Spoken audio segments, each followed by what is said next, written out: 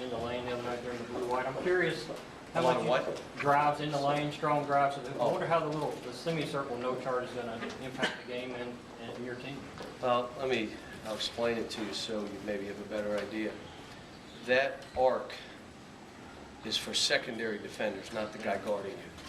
So if the secondary defender comes over to take a charge and he's not outside of that arc, it's a block, unless you stop. So if I come to a stop and then hit into him, it's still a charge whether he's in there or not. So you got to be flowing into a basket. The second thing is, if you look below the arc, there's about 2 feet between the bottom of that arc and the baseline. You can take a charge standing directly under the basket as long as it's below the arc.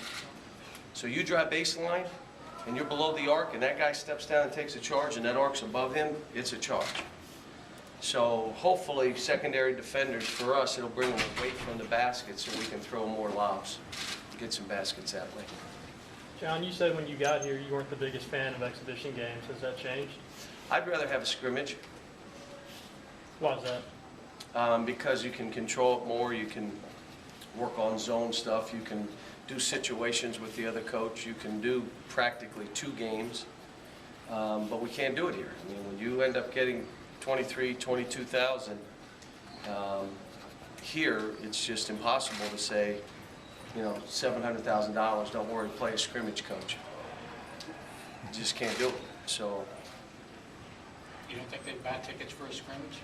can't have anybody in the building, or I'd do it that way, believe me.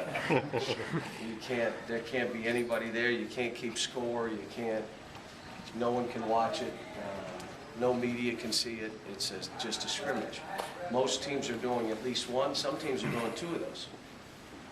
John, your players said you've been really emphasizing defense the last few days in practice. How much of an emphasis has that been? How much of that do you want to see tomorrow? Well, we've got to start, not even about tomorrow, we just got to start getting better. I still think we have the same issues we had, you know, before the blue-white, so we'll see. It's going to be a process.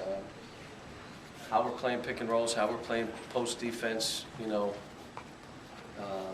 that we're going to rebound the ball better. I mean, we just didn't, against each other, rebound attempts on defense were just awful. Guys didn't even try to rebound defensively. And so that's one of those areas. Michael said on defense, he said that starts with me. That's why I'm here. Is that true? That's one of the reasons. That's one of the reasons. But I'll tell you, he can attack that basket. Oh my goodness. I've already made a policy. If he's ahead of you in the break and you don't give him the ball, you must come out. So I don't even just walk to the bench and come over and sit down, even without the horn blowing. Because when he gets it ahead of the pack, even if there's 1 or 2 down there, he's a slasher playing well. But he's also a terrific defender. How important is tomorrow night for your point guard? I know you were able to stop and kind of teach more in that scrimmage, and then tomorrow will be the flow of the game type situation. Yeah, he's got to learn. It'll be good. He needs more games just to learn.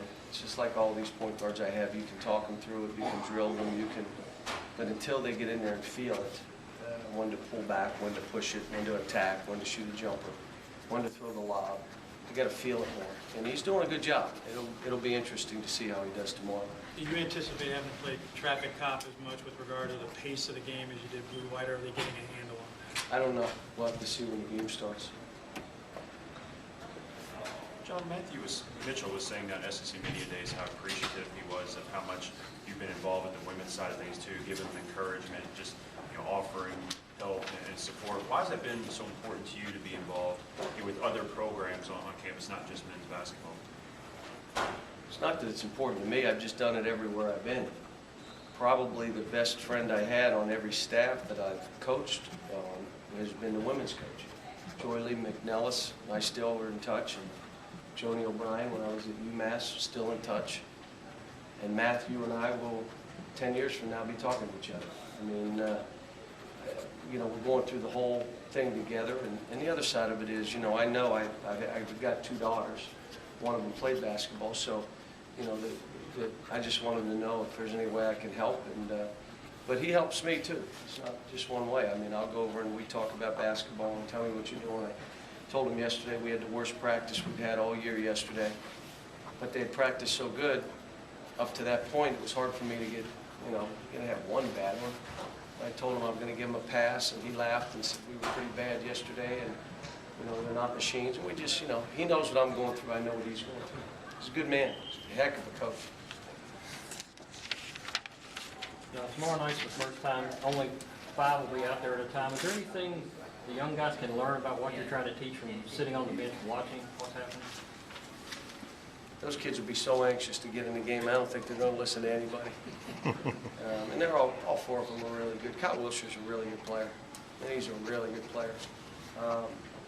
Just such a good feel, and runs the court, is, he plays off his teammates. Obviously, Anthony, coming up with a new zone offense, one that I've never used before. Stand him under the basket, and the rest of you move around, and when you can throw a lob, throw it to him. You're laughing. I mean, he's just, he had his teeth on the rim the other day. I'm like, oh my gosh. So, I mean, and Michael's practice 2 days ago was ridiculous. I mean, it was as good as any practice I had seen from any player I coached.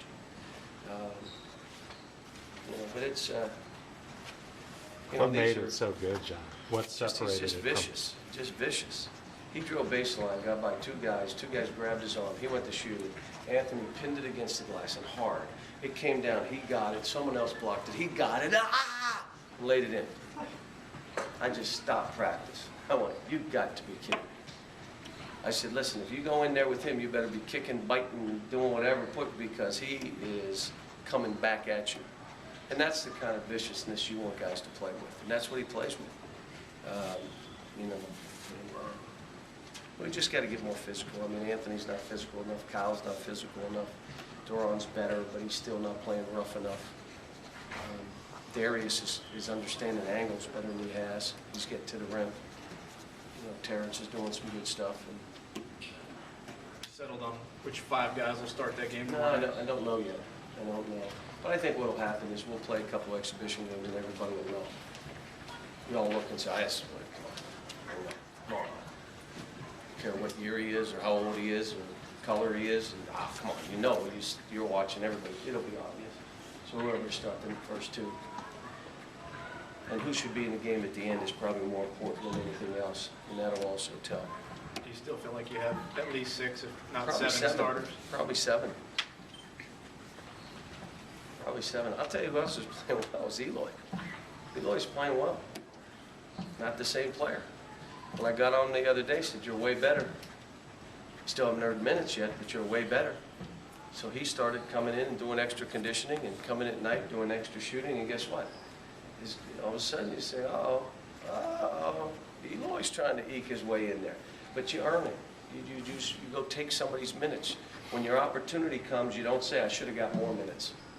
Why didn't I play? No, you earn more. And that's the fun thing when you're coaching, when you see guys catch it and understand it. One of the things I told him, and I said it again, if it takes me to build your self-esteem and self-confidence, the minute I get on you, and I do, and I will, it takes it away. When you build your own self-esteem and self-confidence and self-worth by what you're doing and how hard you're working, and that you yourself know you deserve to be a player and deserve to play well, there's nothing I can do to take that away. And that's what I'm trying to tell all these guys. You earn that. You develop that. It's not somebody developing that stuff for you. So